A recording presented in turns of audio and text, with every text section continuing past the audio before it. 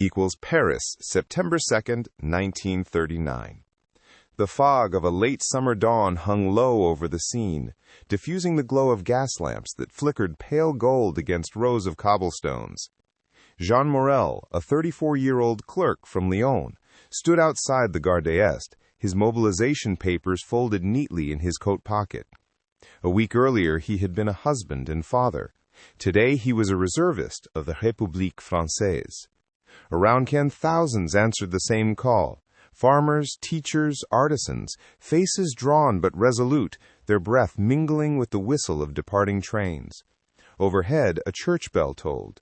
"It won't last long," murmured a soldier beside him, forcing a smile. "Just like in 1914. Jean nodded, though he felt a strange hollowness inside. None could escape the sense that the fate of nations was already tightening its grip. The war drums of Europe began to echo once more. The train thundered eastward through Champagne countryside, fields rolling past in a blur of late summer gold. Inside the carriages, laughter mingled with unease. Men spoke of wives and children, of duty and fear. Jean stared out the window, his reflection pale against the glass. The line carried them toward the Maginot frontier, the concrete wall that France believed indestructible. Metz, Verdun, Haguenau, names steeped in the First War's blood. Soldiers disembarked in columns, rifles slung, boots crunching gravel as they marched under gray skies. Officers barked orders, while locals waved timidly from doorsteps. At dusk, Jean felt the first tremor of history beneath his feet, the rumble of nations aligning for destruction. "We've done this before," said Captain Renault, his voice hard. "Let's hope we do it better." The frontier loomed, silent, waiting to test them all. Jean's company descended into the fortress of Schonenburg, one of the Maginot Line's crown jewels. Endless corridors of steel and concrete stretched like veins through the earth barracks, ammunition bays and gun turrets buried deep underground. The air smelled of oil and metal, of confinement and whispered fears. "This is the wall that will stop Hitler," the lieutenant declared proudly.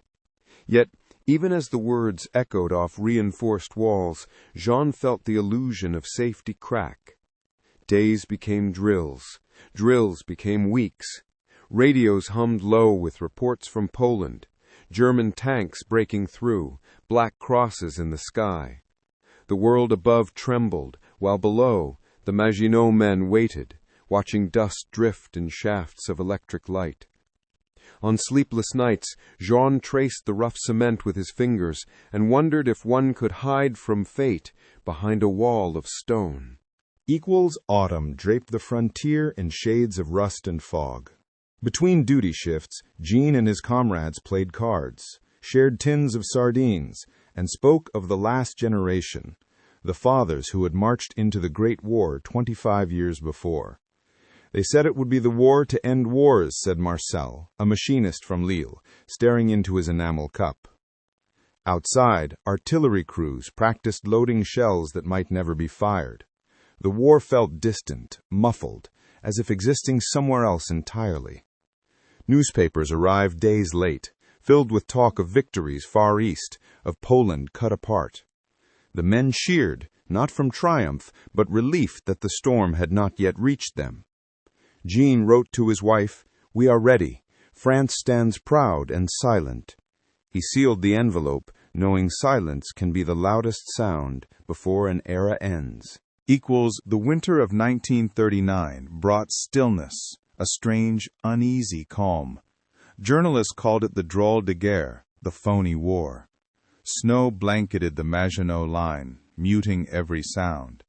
Jean and his comrades stood watch as nothing happened. No attack, no movement, just waiting.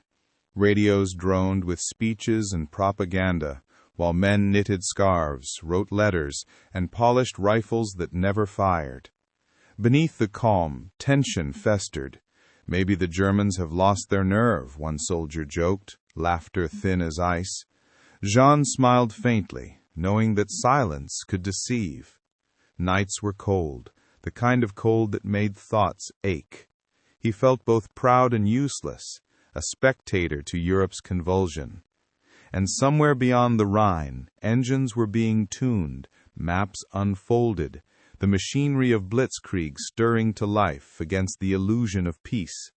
Equals May 10th, 1940. The stillness shuddered with the thunder of engines. At dawn, German Stukas screamed over the Ardennes, and the French frontier erupted into chaos.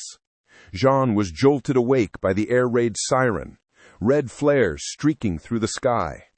"Ils viennent!" someone shouted. They had bypassed the Maginot Line, slicing through Belgium and Luxembourg like a blade through silk.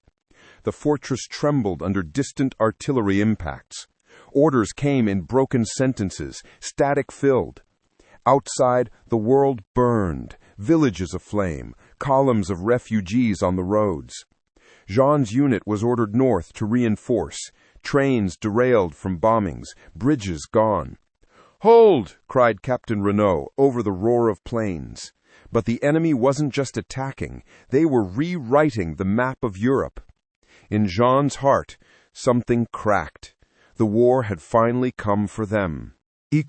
By May's end, the French army was in retreat. Along the Meuse River, units collapsed under the weight of German panzers. Jean's battalion took position near Sedan, the air stifling with smoke and diesel. Bridges fell in fiery arches, and the ground quaked beneath tank treads. "We need artillery cover," shouted Renault, his voice nearly lost in thunder. They fought hour by hour, men silhouetted in red haze. Jean fired until the barrels smoked, ears ringing from constant bombardment. The enemy was unstoppable, steel and speed fused into one living weapon. When orders finally came to withdraw, they trudged westward, exhausted, the nation's hope crumbling with every step. France's line of pride, the Maginot, now lay behind them, irrelevant before the ruthless logic of lightning war. Equals June 14th, 1940. Paris fell. Word reached Jean's company as they camped near the Loire, the air thick with smoke from burning maps and abandoned gear. "Paris?" Jean whispered, disbelief hollowing his voice. Captain Renault stared into the distance, silent. Along every road, soldiers streamed south, disbanded divisions, civilians carrying what little hope they had left. France's great army, the pride of Europe, was dissolving in dust. Radios crackled with Maréchal Pétain's somber voice. An armistice was being sought. Jean felt a weight press against his chest. Not fear, not anger, but grief. The tricolor still hung from shattered town halls, fluttering feebly against a wind scented with surrender. "It can't end like this," murmured Marcel beside him. Jean had no answer.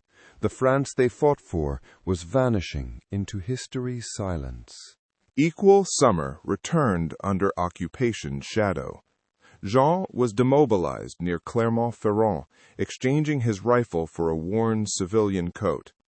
France was divided, north under German rule, south under a puppet regime.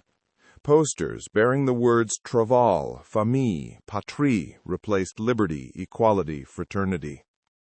Jean returned home to Lyon to find ration lines and curfews, his wife aged by worry. "It was supposed to be the strongest army," she said quietly. Jean couldn't meet her eyes.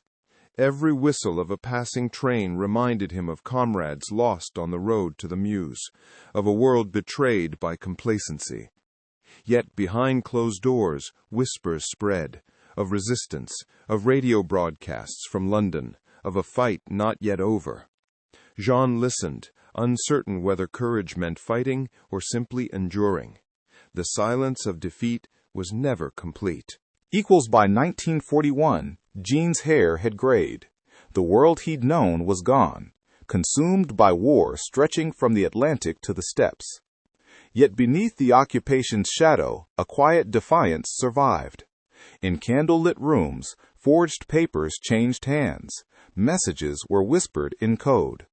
Jean found purpose again, not as a soldier of the Maginot Line, but as a courier for the growing resistance.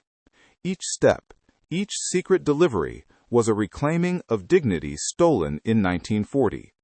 Looking east toward occupied Paris, He remembered his comrades, the trains, the pledges of valor once made. France is not dead, he murmured, clutching his worn cap.